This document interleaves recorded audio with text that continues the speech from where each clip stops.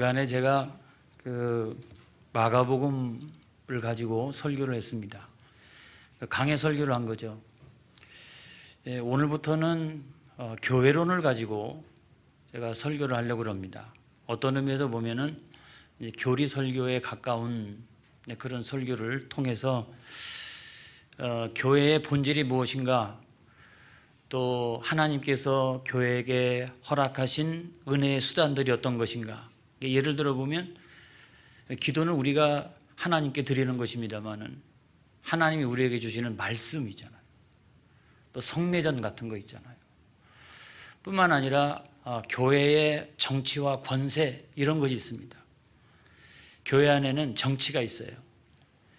또 교회 안에는 어떤 권세가 있어요.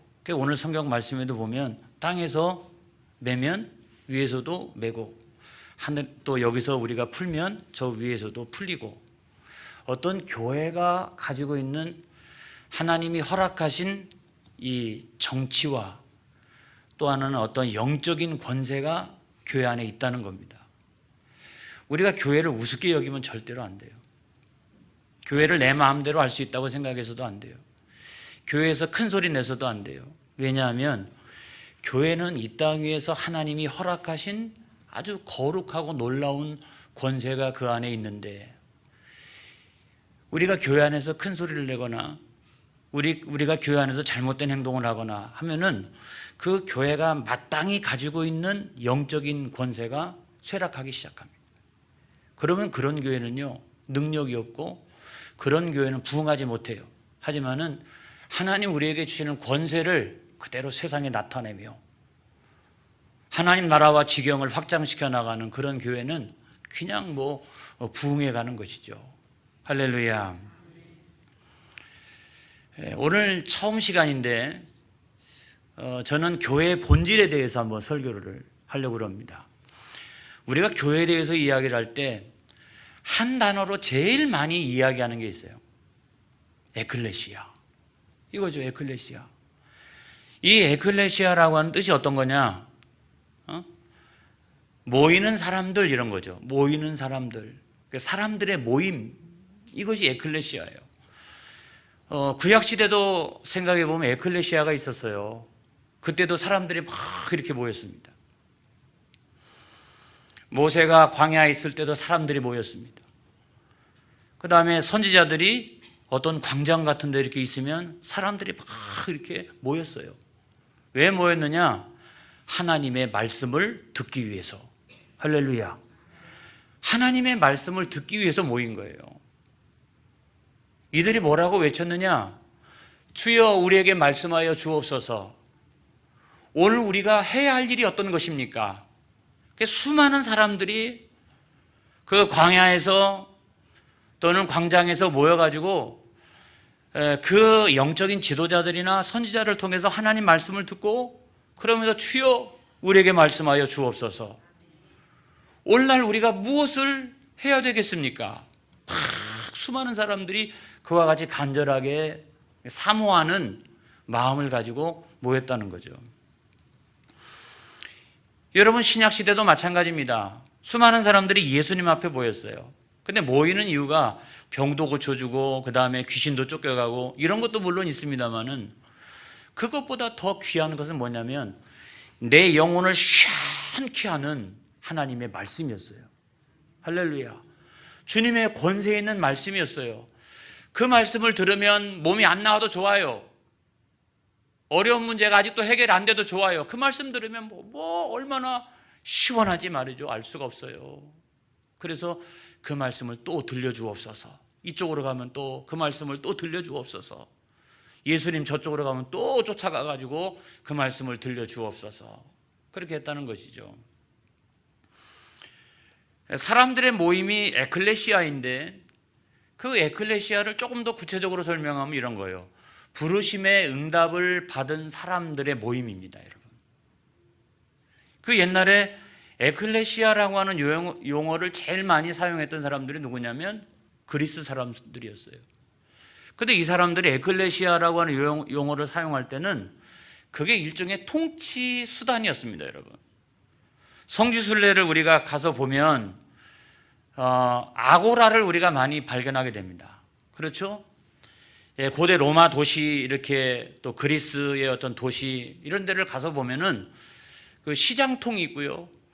시장통 앞에는 반드시 크든지 작든지 간에 광장이 있어서 오늘날의 유럽의 모든 교회 건축물이나 도시의 건축물에 굉장히 절대적인 영향을 행사해서 웬만한 도시에 가서 보면 다 이렇게 광장이 있어요, 여러분.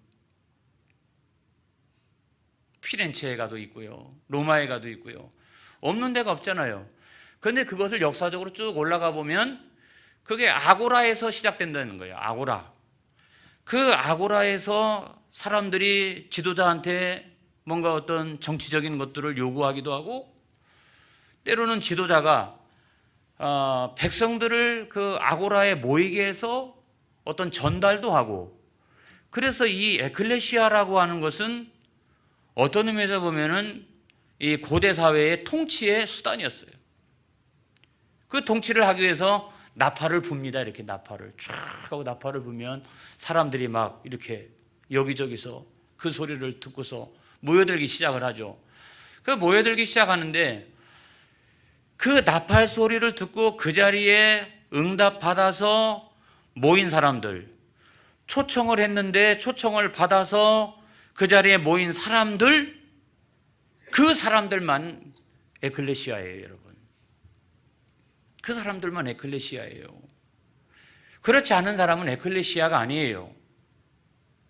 여러분, 우리가 교회에서도 마찬가지입니다. 우리가 교회에서 생각을 해보면 교회에서 누가 교인인가 에클레시아인가 라고 하는 걸 생각해 볼 때, 요즘은 뭐 교회마다 그 예배 드리는 시간이 딱 정해져 있잖아요. 그렇죠? 11시, 9시, 저녁 8시 다 이렇게 정해져 있어요. 그건 어떤 거냐면 하나님의 초청인 줄로 믿습니다. 부르심이에요. 우리 교회 같은 경우에는 종이 있어가지고 10시 반만 되면 땡그렁 땡그렁 땡그렁 종을 칩니다. 그 얘기는 뭡니까? 오라 이 말입니다. 오라 이 말이에요. 하나님께서 부르시는 거예요, 여러분. 그 부르심에 응답해서 이 자리에 앉아있는, 주일날 앉아있는 그 사람들이 에클레시아예요, 여러분. 그 사람들이 교인이에요. 우리 그 장로교 헌법에 그 교단마다 조금씩 차이는 납니다만은, 그럼에도 불구하고 1년 이상 교회를 출석하지 않으면 교인이 아니라고 하는 교단이 거의 대부분이에요. 왜 그러느냐? 주님이 부르시는데 그 부르심에 합당하게 응답하는 사람이 교인인 거예요. 1년이 지나고 2년이 지나고 3년이 지나고 수십 년이 지나도 주님이 아무리 부르셔도 거기에 전혀 응답이 없는 사람들은 에클레시아라고 얘기할 수 없어요. 그래서 에클레시아는 땡그렁 땡그렁 모여라 그러면 열심히 모이고, 주님이 부르시면 아멘 할렐루야 하면서 모이는 사람들이 에클레시아요. 그런 사람이 기실은 교인인 거예요, 여러분. 이거를 우리가 다 종합해 보면 교인이란 정의는 뭐냐? 교인이라는 정의는 예수 그리스도 안에서 하나님의 부르심을 듣고 거기에 응답하여 아멘 할렐루야 하면서 모이는 사람들이 교인인 거예요. 그게 교인인 겁니다, 여러분. 사람들이 그냥 모여 있다고 해서 교인이 아니에요. 교회에 모여 있다고 해서 교인이 아니에요. 교인은 예수 그리스도 안에서 하나님의 부르심에 아멘 하고 응답하고 거기에서 이렇게 달려나와서 모여져 있는 사람들, 은혜를 사모하는 사람들, 그런 사람들이 교인이라고 하는 거예요. 할렐루야. 그런데 우리가 이것을 조금 더 자세히 생각을 해보면 어디서 부르시느냐? 죄악 세상에서 우리를 부르시는 거예요. 그리고 어디로 모이게 하시느냐? 먼저는 여러분 교회로. 이 세상에서는 내가 생명 있는 날 동안에는 교회로 모이게 하세요. 그리고 난 다음에 우리를 궁극적으로 모이게 하시는 그 본향은 어디냐? 천국인 줄로 믿습니다. 할렐루야. 그래서 죄악 세상에서 우리를 불러내셔서 우리를 저 영원한 천국에 살게 하시는 거예요. 할렐루야. 이걸 믿으시기 바랍니다. 그래서 저는 조금 더 쉬운 표현으로 교회를 어떻게 설명하는 게 가장 좋을까? 인생의 주소지가 옮겨진 사람들, 할렐루야. 제가요 어렸을 때 살던 고향은 완전히 농경사회였어요. 그때 그 할아버지 형제들이 쭉 한 동네에 살고 있었어요. 그때는요 이사 가는 것을 별로 생각하지 못하는 그런 시대였잖아요. 그냥 한 동네에서 태어나면 한 동네에서 시집가고 장가 갔다가 나중에 한 동네에서 죽는 거예요. 이런 경우가 대부분이었기 때문에 저희 집이 큰 집이었는데 아무튼 둘째, 셋째 이런 모든 할아버지들이 한 동네에 살고 있었어요. 한 동네에. 그래서 우리 집안이나 그 집안에 관혼상제가 생기면은 다 모이는데, 그래서 시족사회가 형성이 되어지고, 아무튼 뭐 아침에 식사할 때도 보면은 그쪽 식구들이 와서 밥도 먹기도 하고 우리가 그쪽에 가서 밥도 먹기도 하고, 이게 구분이 없어요. 수십 명씩 이렇게 안방 건너방에 모여가지고 같이 밥도 먹고 이렇게 합니다. 그래서 무슨 일만 생기면 다 모이는 그와 같은 시족 공동체였어요. 그런데 저희 아버지 세대를 가만히 생각해 보면 그때는 이제 산업화가 조금씩 시작이 되어졌습니다. 산업화가 시작이 되어지니까 우리 아버지 그 형제가 8남매인데요. 우리 아버지 그다음에 넷째 그리고 막내는 너무 늦게 태어나가지고 우리 형하고 같이 성장을 했기 때문에 같이 이렇게 살고 있었어요. 그랬는데 그 나머지들은 다 서울로 이렇게 이사를 갔고요. 그 막내도 나중에는 그 장가를 가가지고 서울로 이사 가서 지금까지도 잘 살고 있어요. 이걸 생각해 보면 주소지가 옮겨진다, 이사를 간다라고 하는 것은 분열을 의미합니다, 여러분. 분열. 그런데 이 세상에도 영적인 분열도 있다. 죄악 세상에서 사람들이 다 살고 있습니다. 그렇죠? 다 살고 있는데 어떤 사람은 주소지가 옮겨졌어요. 영적인 주소지가 옮겨졌습니다. 예수 믿고 영적인 주소지가 옮겨졌어요. 그 사람은 천국으로 주소지가 옮겨진 사람이에요. 그런데 이런 사람들의 특징을 가만히 하고 이렇게 살펴보니까 주일날 되면 교회에 가더라. 그러니까 그 사람들은요 가장 중요한 특징이 뭐냐면 이 세상에서 살아나가면서 교회를 중심으로 살더라 이 말입니다. 교회를 중심으로 신앙생활을 하더라. 이게 가장 중요한 특징이에요. 뭐 예배 생활, 기도 생활, 전도 생활, 봉사 생활 이런 거 다 묶어가지고 단 한마디로 표현하면 뭡니까? 교회 생활을 하고 있더라. 그런데 죄악 세상에서 살고 있는데 여전히 지옥을 확정짓고 살아나가는 수많은 사람들은 어떻습니까? 여러분 그냥 세상에서 그렇게 살다가 나중에 자기 주소지가 원래 거기니까 거기를 향해서 가는 거예요. 여러분 이런 큰 차이가 있다고 하는 것 사실을 우리가 여러분 생각을 해야 됩니다. 어떻게 하면 우리가 천국으로 주소지가 옮겨질 수 있느냐? 그거는 사람의 공로나 사람의 능력으로 할 수 있는 게 결코 아니에요. 하나님의 은혜가 있어야 됩니다. 또한 그 은혜를 믿는 믿음이 있어야 됩니다. 가장 중요한 말씀이 요한복음 3장 16절에 있는 말씀인데, 하나님이 이처럼 세상을 사랑하사 독생자를 주셨으니 이는 저를 믿는 자마다 멸망치 않고 영생을 얻게 하려 하심이라. 할렐루야. 하나님은 모든 사람들이 다 천국으로 주소지를 옮겨지기를 원하셨던 겁니다. 그래서 그 예수 그리스도를 보내주셨는데, 그 예수 그리스도가 세상에 내려오셔서 우리의 죄짐을 다 짊어지고 십자가에서 죽으셨는데, 내가 그 예수를 믿으면 죄 사함 받고 하나님의 자녀가 된다라고 하는 이 확실한 믿음을 가지고 있는 사람들만이 영적으로 그 영적인 주소지가 천국으로 옮겨지는 거예요. 할렐루야. 그래서 우리의 구원은 오직 은혜입니다. 내 공로가 아니에요. 그리고 그 은혜를 믿는 믿음 안에서 우리는 나도 모르는 사이에 내 안에 있는 영적인 세계에서 큰 변화가 일어나는데, 그 변화가 뭐냐? 이 주소지가 옮겨지는 거라는 거예요. 할렐루야. 우리는 여러분 덕천 서천길 27번지가 아니에요. 세상에서의 주소는 거긴데 우리의 주소는 천국인 거예요. 할렐루야. 주님이 옮겨주셨어요. 그걸 믿으시기 바랍니다.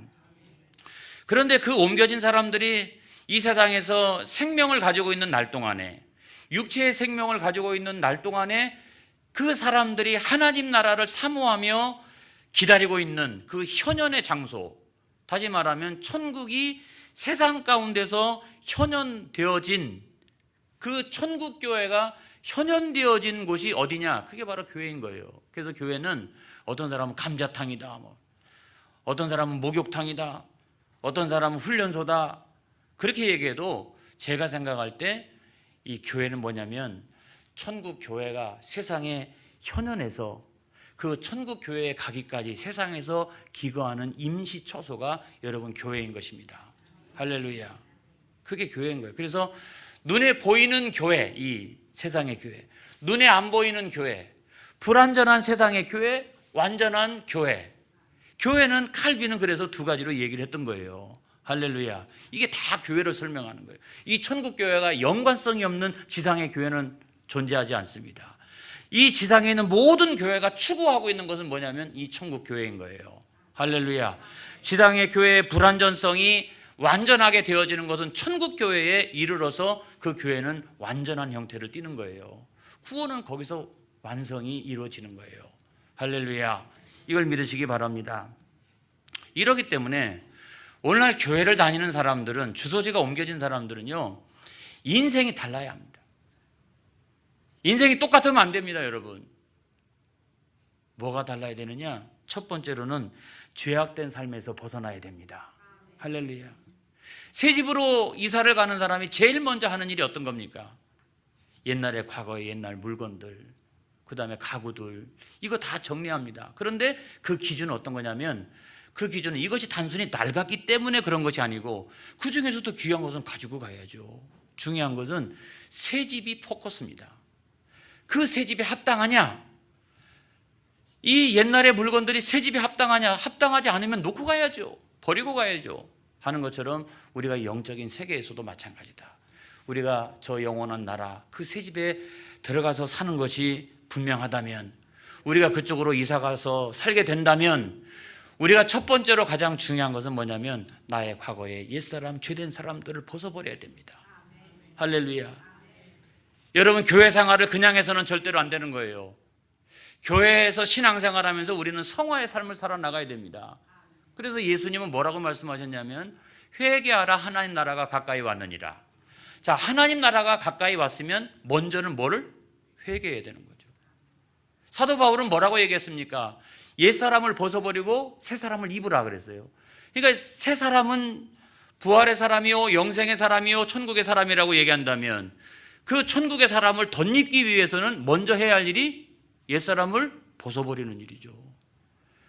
여러분, 아브라함 같은 경우 우리가 창세기 12장 1절 이하에 있는 말씀에 보면은 너는 본토 친척 아비집을 떠나 내가 내게 지시할 땅으로 가라.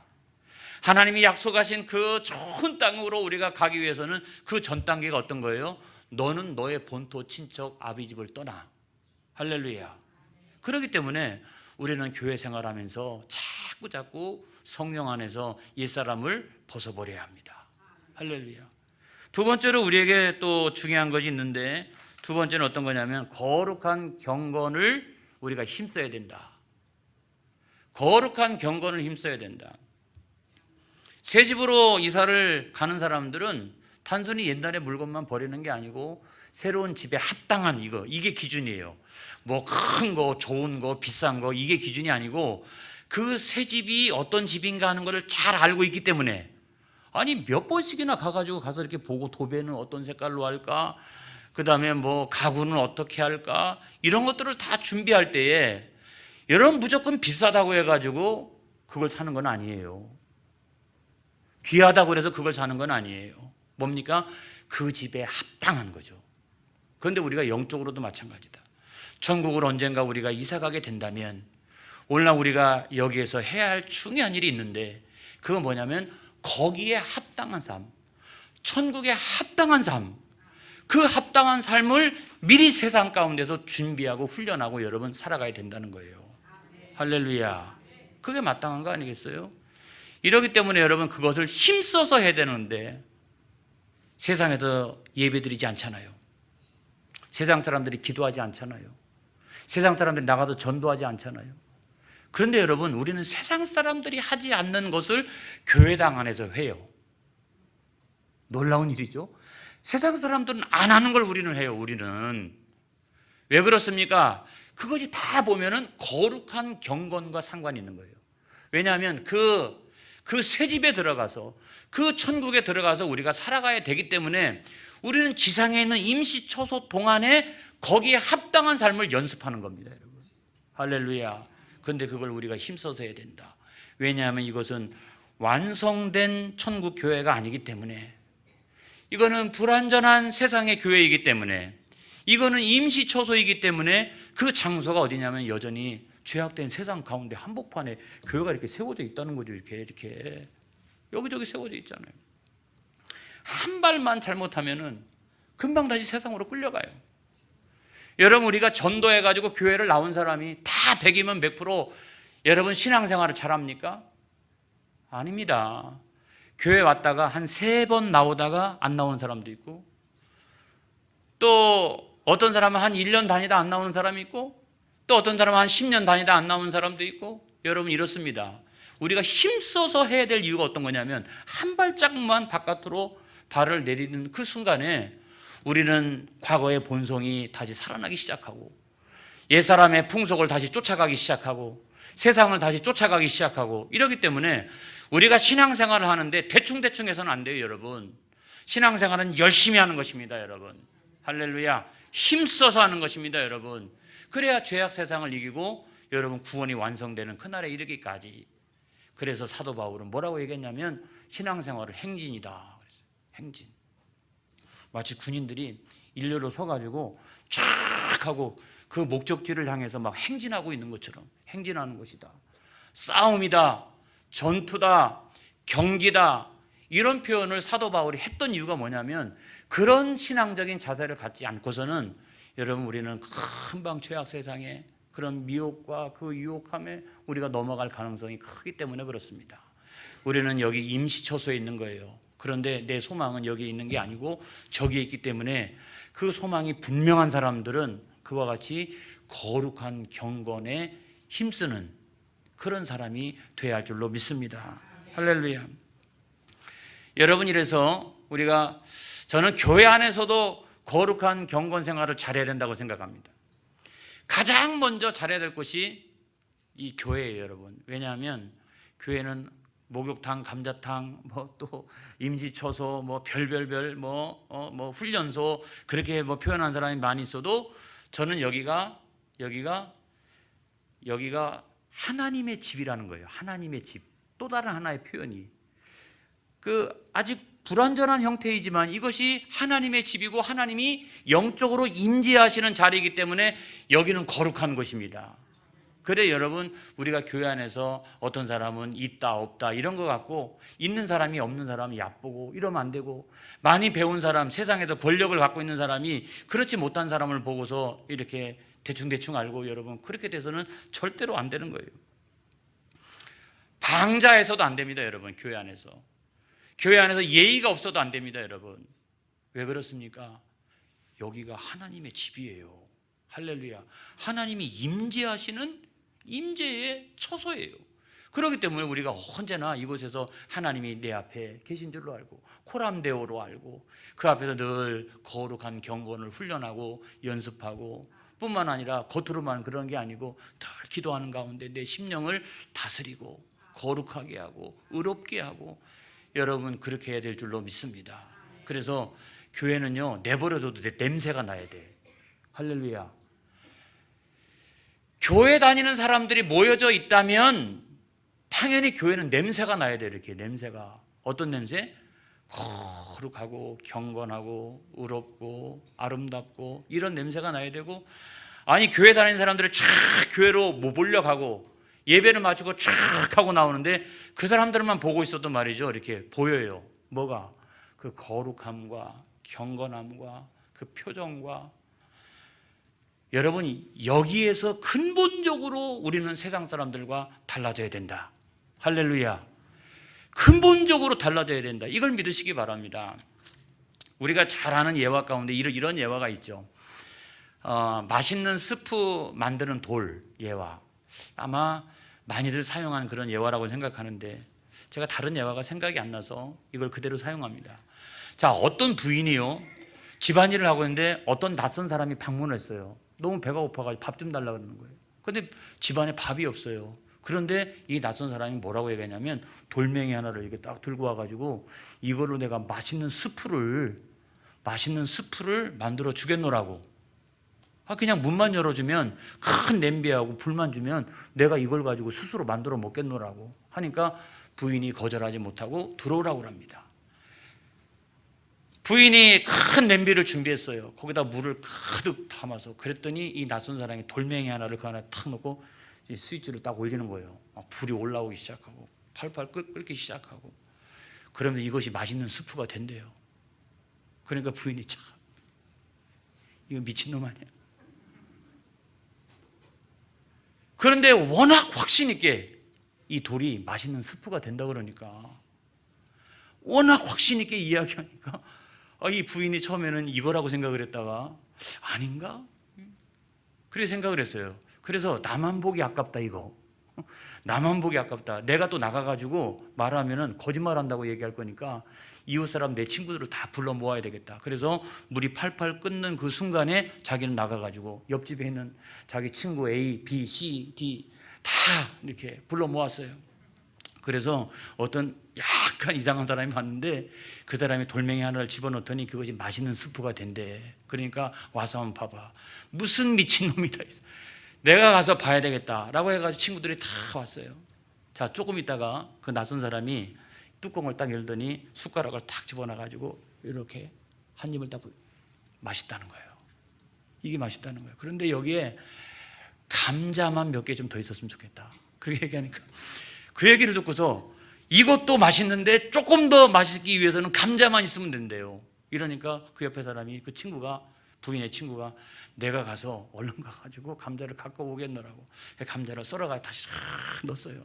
그리고 팔팔팔 또 끓였는데 얼마가 있다가 다시 숟가락을 집어넣어가지고 감자 하나를 딱 하더니 아뜨아뜨아뜨 하더니 그거를 먹더니 이야 내가 세상에도 지금까지 먹어본 맛 가운데 이거라는 거예요. 그런데 한 가지 아쉬운 것이 있는데 여기다 고기가 조금 들어갔으면 좋겠다. 고기만 조금 들어갈 수 있다면 이거라는 거예요. 그러니까 그 옆에 있던 그 부인의 친구가 우리 집에 마침 어제 준비해 놓은 고기가 좀 있는데 얼른 가가지고 그걸 좀 갖고 오겠노라고 그래서 갖고 왔어요. 그걸 썰어가지고 또 집어넣고 또 시간이 지나가지고 다 이제 어느 정도 팔팔팔 끓으니까 또 다시 숟가락을 집어넣어가지고 다 이걸 맛보더니 이야 이거는 영혼이 맑아지는 맛이래. 이렇게 맛있는 게 없대요. 그런데 여기에 단 아쉬운 것이 하나 있는데 여기다가 야채를 좀 집어넣으면 좋겠다. 야채를 좀 집어넣었으면 좋겠다. 그러니까 가가지고 부인의 친구가 또 야채를 자기네 집에 있는 거 요것만 있다고 그러면 된다 그러니까 그래가 야채를 거기다 다 집어넣었어요. 그리고 다시 팔팔팔 끓이고 난 다음에 다시 숟가락을 탁 집어넣어 맛을 보더니 이야 이제 끝이래요. 그런데 마지막으로 하나 더 마지막으로 소금하고 간장하고 양념만 조금 넣으면은 이거겠대요. 그러니까 집 주인이 이제 자기 집에 그런 거 있잖아요. 그러니까 갔다가 주는 대로 그걸 잘 넣고서 팔팔팔 그리고 이제는 다 되었으니 각자 집으로 가서 그릇을 하나씩 갖고 와가지고 같이 먹을 준비를 하라고. 그래서 사람들이 다 그릇을 갖고 왔어요. 퍼가지고 줬는데 안 맛있을 수가 없죠. 돌멩이만 빼고 나면 나머지 이게 안 맛있을 수가 없는 거예요. 이게. 그러니까 이제 그릇을 하나 놓고 다 놓고도 오늘 신비한 일이 있다고. 과정을 쭉 생각해 보면 아무것도 아닌데.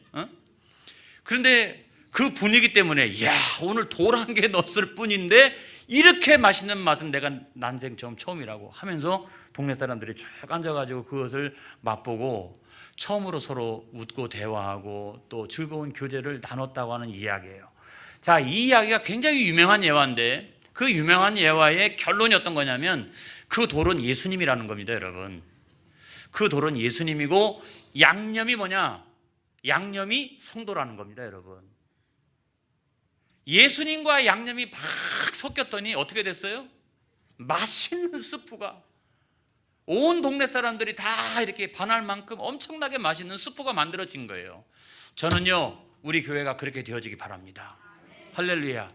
예수님과 우리가 다 어우러져 가지고 여기서 그냥 맛있는 음식 냄새가 말씀 냄새가 할렐루야 거룩한 영향력이 그냥 뭐 믿지 않는 수많은 사람들을 향해서 내가 저 스프 한번 맛보고 싶다. 내가 저 말씀 한번 맛보고 싶다. 그래서 막 찾아오는 그와 같은 놀라운 역사가 일어나길 바랍니다. 우리는 하나님의 말씀을 붙들고 어떻게 해야 돼요? 거룩하고 의롭고 경건하고 아름다운 그런 모습과 냄새가 우리 가운데서 있어야 되는 거예요. 할렐루야. 자, 마지막입니다. 교회는 어떤 것이냐? 교회는 하나님 나라를 사모하고 기다리는 것입니다. 자, 새 집으로 이사 가기로 작정한 분은, 제가 아는 어떤 목사님은 화인 아파트에다가 그 집을 구해놓고 일주일에 한 2번씩은 왔다 갔다 하는 것 같아요. 그분 은퇴하려면 아직 멀었는데도 지금도 왔다 갔다 해요. 좋은가 봐요. 그 집이 와서 도배질도 하고. 그런데 마찬가지로 영적으로도 우리도 마찬가지다. 천국이 우리의 집이라면, 할렐루야, 우리의 주소가 그쪽으로 옮겨졌다면 우리는 기다리고 사모하는 그런 마음이 있어야 됩니다. 할렐루야. 여러분, 저는 비둘기 이야기를 하고 마치려고 합니다. 비둘기가요, 어떤 비둘기는 옛날부터 수천 년 전부터 비둘기는 이 정보교환, 그렇죠? 정보교환 이런 거, 또 비둘기 경주 이런 것 때문에 많이 사용되어졌어요. 그런데 어떤 비둘기는 2,400km를 날아갔다가도 자기네 집으로 찾아오는 비둘기가 있대요. 그런데 이런 비둘기는요, 그 안에 물론 귀소 본능 이런 것들이 물론 있습니다만은, 그것보다 중요한 것은 정말 멀리 갔다가 돌아오는 그런 비둘기는 3개월 될 때부터 훈련시켜야 된답니다. 훈련. 자꾸 이렇게 나갔다가 집으로 오고 나갔다 집으로 오고 나갔다 집으로 오고 하는 그 훈련을 시켜야 된답니다. 저는 이 이야기를 듣고서 마찬가지다. 눈에 보이지 않는 저 영원한 천국. 우리가 저 천국에 들어가기 위해서는 이와 같이 태어나면서부터 우리가 교회 안에서 늘 이렇게 훈련하면서 저 천국에 들어가는 그 훈련, 귀소에서 내 본향에 들어가는 그 훈련, 그걸 끊임없이. 그래서 종말론적인 설교를 하고 천국에 대한 설교를 하고, 그렇게 계속해서 그 본향을 향해서 귀소하는 그 본능을 우리 안에서 자꾸 일깨워주지 아니하면 안 된다는 거예요.